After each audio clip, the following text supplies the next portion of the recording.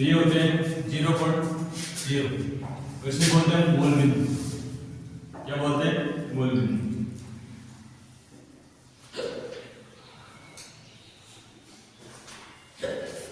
ये कौन सा है? एक्स अक्ष।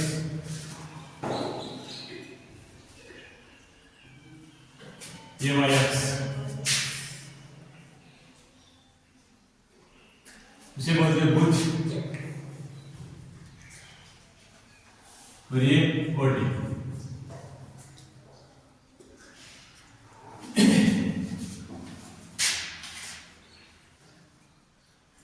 भुज और कोटि। ये कौन सी रेखा है? ये हमारी क्षैतिज रेखा, इसे हम बोलते हैं क्षैतिज रेखा।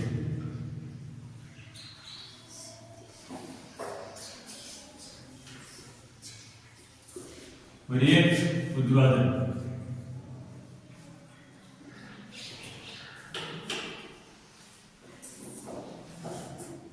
ऊर्ध्वाधर रेखा, क्षैतिज रेखा, ऊर्ध्वाधर रेखा। हम देखो जैसे एक्स अक्ष के अगर निर्देशांक है तो इसमें देखो एक्स का मान भी प्लस और वाई का मान भी क्या है? प्लस। तो ये प्लस है। इसमें एक्स का मान कितना है? माइनस का, और वाई का मान प्लस। इसमें दोनों माइनस के। इसमें एक्स का मान तो प्लस और ये माइनस। अगर हम एक्स का मान लिखना चाहें तो देखो ऐसे लिखेंगे 0, 1, 2, 3, 4, 5 ऐसे। और इस तरफ क्या आएगा? माइनस का। माइनस का 1, माइनस का 2, माइनस का 3, माइनस का 4, माइनस का 5, माइनस का 6, माइनस का 7, माइनस का 1, माइनस का 2, माइनस का 3, माइनस का 4, माइनस का 5, माइनस का 6। इसी प्रकार ये वाई का मान 1, 2, 3, 4, 5, 6, 7। देखो इसमें एक्स का मान प्लस का, वाई का मान माइनस का। एक्स का मान माइनस का, वाई का मान प्लस का। इसमें दोनों मान माइनस के। इसमें एक्स का मान प्लस का, वाई का मान माइनस का। ये होता है। कोई भी बिंदु होगी उसे देख के दर्शाते हैं। एक होता है इसमें मेन इंपॉर्टेंट पैमाना। क्या होता है? पैमाना। क्योंकि पैमाना के अनुसार हमें पता चलता है कि इसमें ग्राफ बनाना है किस प्रकार बनना है, कितनी दूरी एक्स अक्ष पे, वाई अक्ष पे। ये इसके मेन है। और ये है मूल बिंदु, जहां एक्स का मान 0 और वाई का मान। ग्राफ में हमेशा जब भी मान लिखा होता है तो जो पहला मान होता है वो किसका होता है? एक्स का, और दूसरा मान होता है वाई का। जैसे मैंने अगर लिख दिया यहाँ पे 3,7, तो इसमें एक्स का मान कितना है? वाई का मान 7। ये होता है। इसी प्रकार सारे मान होते हैं।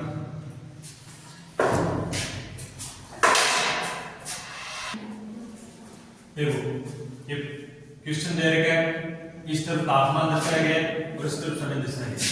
तो सबसे पहले ये कैसे क्या लिया गया है, इसके लिए हमें पैमाना ज्ञात होना जरूरी है। सबसे पहले पैमाना पढ़ेंगे। पैमाना इसमें दिया नहीं, पैमाना हमें खुद भी याद करना है। पैमाना देखो ये कौन सा है?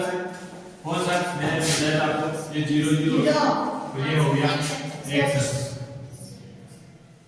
ये कौन सा? y। पैमाने के अनुसार एक अक्ष पे यानी कि 9, 10, 11, 12 सब में कितने का? 1 घंटे का अंतराल चल रहा है। कितने का चल रहा है? 1 घंटे। तो एक्स अक्ष पे क्या चल रहा है? एक्स अक्ष पर 1 सेंटीमीटर बराबर 1 घंटा। ये वाई अक्ष पे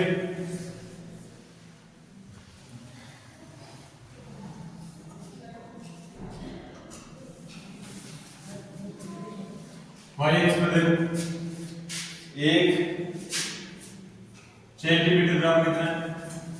फिर 34 35 36 37 यानी कितने 1 डिग्री सेंटीग्रेड राइट इसका रहेगा 1 सेमी बराबर 1 डिग्री सेंटीग्रेड ये वाला है।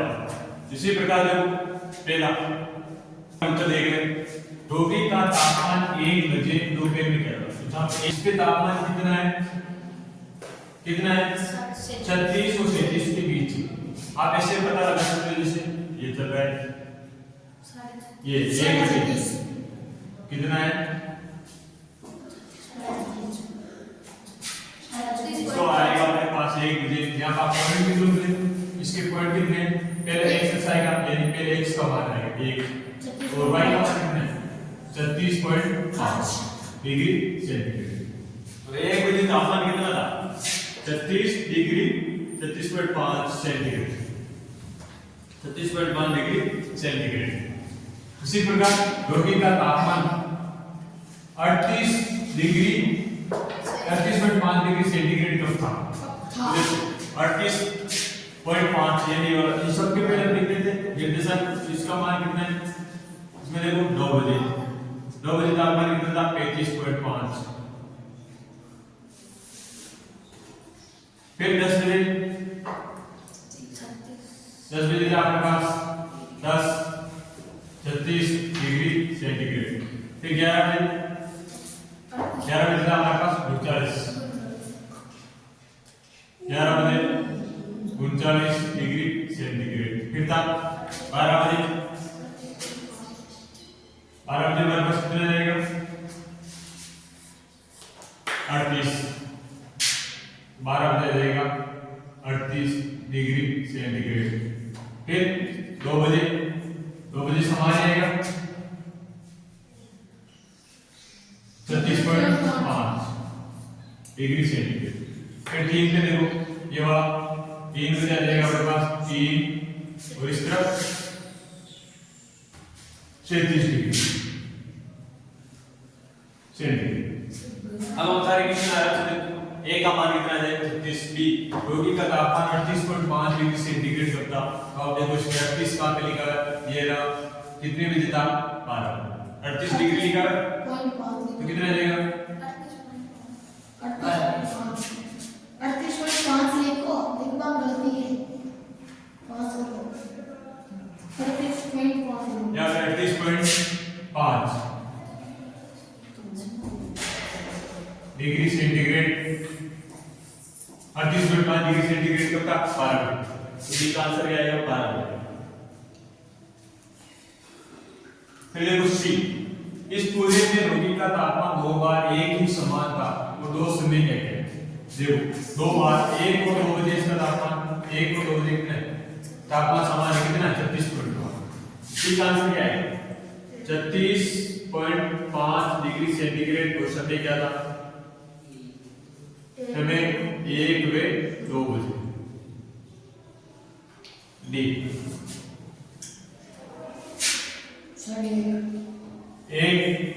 1.30 बजे दोपहर रोगी का तापमान क्या था इस निष्कर्ष पर आप कैसे पहुंचे तो देखो 1.30 यानी कि जब 1 और 2 बजे के तापमान क्या समान है तो 1.30 पे भी कितना रहेगा क्योंकि 1 कितना रहेगा 36.5 क्योंकि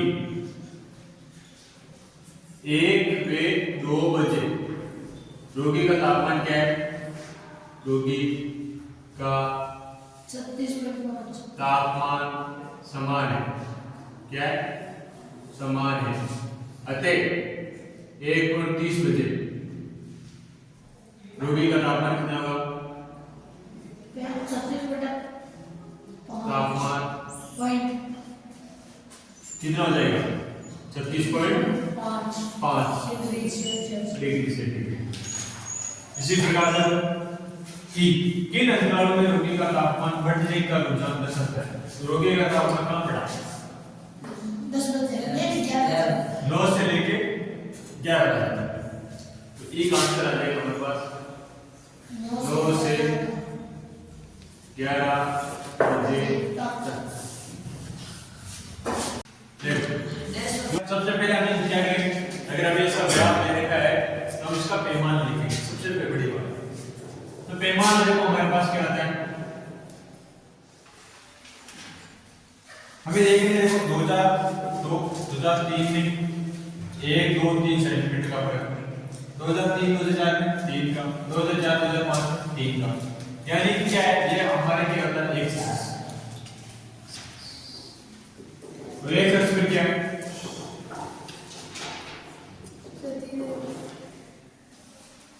3 सेंटीमीटर बराबर 1 वर्ष, सभी दे रहे हैं 1 वर्ष है। इसी प्रकार y अक्ष पर कितना है 2 सेंटीमीटर बराबर 2 वर्ष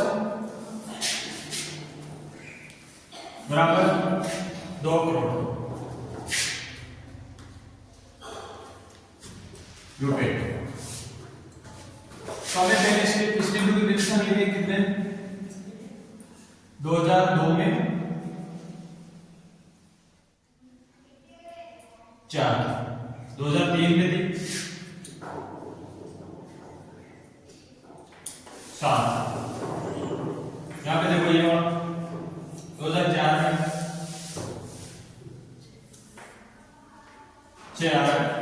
6 करोड़ और फिर आएगा 2005 में 10 करोड़, फिर 2006 में 8 करोड़। ये अब हमें इसके परसेंटेज के आंसर देने पहला है वर्ष 2002 में और सेकंड वर्ष 2006 में कितनी बिक्री थी। उत्तर वर्ष 2002 में 2002 में कितनी 4 करोड़। फिर सेकंड पॉइंट 2006 में 2006 में थी अपने पास 8 करोड़। फिर देखो बी में वर्ष 2003 में कितनी थी 7 करोड़।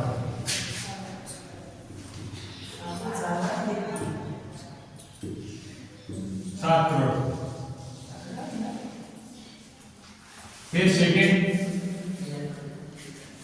2005 में तो देखो 2005 का है यहाँ पे ये रहा कितना था 10, तो 2005 में 10।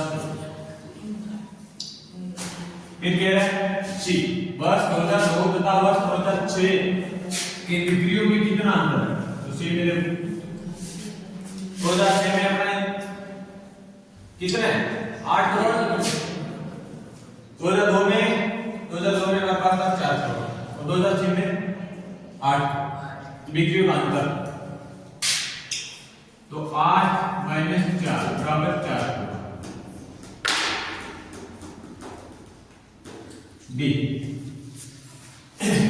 में देखो इस अंतराल में बिक्रियों का ये अंतर सबसे अधिक, इसमें अंतर कितने का 3 करोड़ का, इन दोनों में अंतर 1 करोड़ का, इसमें 4 करोड़ का और इसमें 2 करोड़ का। तो सबसे ज्यादा अंतर इसमें 2004 2005 में, तो 2004 पे 2005 में।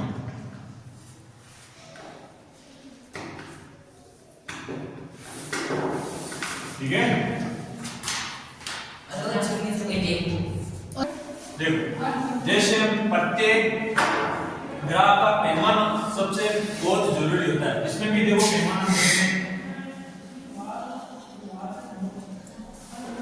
पैमाना इसमें देखो 1 सेंटीमीटर, ये कौन सा अक्ष है x अक्ष, ये y अक्ष। तो सबसे पहले हम लिखेंगे x अक्ष पर यानी देखो कितना अंतर है दोनों 7 का कितना, एक छोटी रेडी है इसका मतलब है 1 सेंटीमीटर, तो इसके और इसके बीच में कितना अंतर है 7, यानी कि हम 7 सेंटीमीटर और क्या मानते हैं 1 सप्ताह, तो 7 सेमी बराबर 1 सप्ताह। ये y अक्ष है, y अक्ष पर तो y अक्ष पर देखो 1 सेंटीमीटर में कितना अंतर ले 2, तो 1 सेमी 2, ये ऊंचाई सेंटीमीटर, पौधे की ऊंचाई। अब हमारे पास 2 सेमी ऊंचाई, ये वेमन हो गया। अब हमें इसके अंदर पॉइंट लिखते हैं। पहले की यानी पहले शब्द में इसकी ऊंचाई कितनी है? 1 सेमी। पौधे बी की ऊंचाई पहले शब्द में 2 सेंटीमीटर, दूसरे शब्द में दोनों समान ऊंचाई कितनी है? 8। फिर तीसरे शब्द में देखो, पौधे 1 की ऊंचाई 9 और इसकी है तीसरे में 10। अब हमें जो क्वेश्चन दे रहे हैं इनको पढ़ना है तो इसके आंसर दे दें। एक प्रथम सप्ताह में 1 सप्ताह बाद और 3 सप्ताह बाद पौधे 1 की ऊंचाई कितनी थी?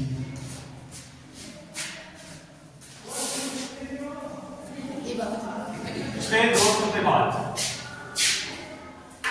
2 सप्ताह बाद और 3 सप्ताह बाद पौधे 1 की ऊंचाई। तो देखो 2 सप्ताह में पहला पॉइंट हम इसको उधर लेंगे, उत्तर नंबर 1। 2 सप्ताह बाद तो ये रहा दूसरे सप्ताह, कितनी ऊंचाई थी? 8 सेंटीमीटर। और इसका दूसरा पॉइंट कितना बता रहा है? 3 सप्ताह बाद, तो 3 सप्ताह बाद इसकी पौधे 1 की ऊंचाई कितनी? 3 सप्ताह बाद पौधे 1 की ऊंचाई 10 सेंटीमीटर। ये लो, ये पौधा ए इसकी 9 है और बी की 10 है। इसी प्रकार दूसरा पूछ रहे वापस, बी में 2 सप्ताह बाद और 3 सप्ताह बाद पौधे बी की ऊंचाई। पहले बी की पूछी, अब बी की। 2 सप्ताह में दिया थी 8 सेंटीमीटर समान थी, तीसरे सप्ताह में कितनी थी? 10 सेंटीमीटर। इसी प्रकार देखो सी फिर से कह रहा है, सी हमारे लिए क्या कह रहा है? ये बी था, ये ए था। तीसरे सप्ताह में पौधे ए की ऊंचाई कितनी? तो देखो तीसरे सप्ताह में पौधे ए की ऊंचाई कितनी है? 9 सेंटीमीटर। कितनी है? 9 सेंटीमीटर। दूसरे सप्ताह के अंत से तीसरे सप्ताह के अंत तक पौधे बी की ऊंचाई कितनी बढ़ी? तो देखो ये दूसरे सप्ताह के अंत से तीसरे सप्ताह के अंत तक पौधे की ऊंचाई कितनी थी? 8 से कितनी होगी? 10, तो 2 सेंटीमीटर। कितनी बढ़ी? 2 सेंटीमीटर। 2 सेंटीमीटर बढ़ दी। फिर ये क्या कहता है? किस सप्ताह में पौधे ए की ऊंचाई सबसे अधिक बढ़ी? तो देखो एक पौधा किसको दर्शा रहा है? इसको, यानी कि ए की ऊंचाई है पहले सप्ताह में 2 सेंटीमीटर, दूसरे सप्ताह में 8 और तीसरे सप्ताह में कितनी होगी? 10। सबसे अधिक किसमें बढ़ी? दूसरे सप्ताह में। सबसे ज्यादा बढ़ी किसमें? दूसरे सप्ताह में।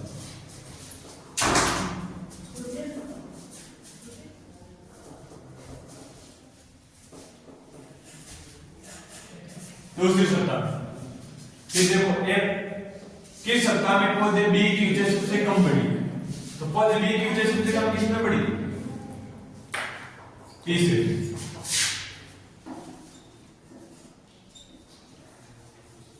तीसरे सप्ताह में।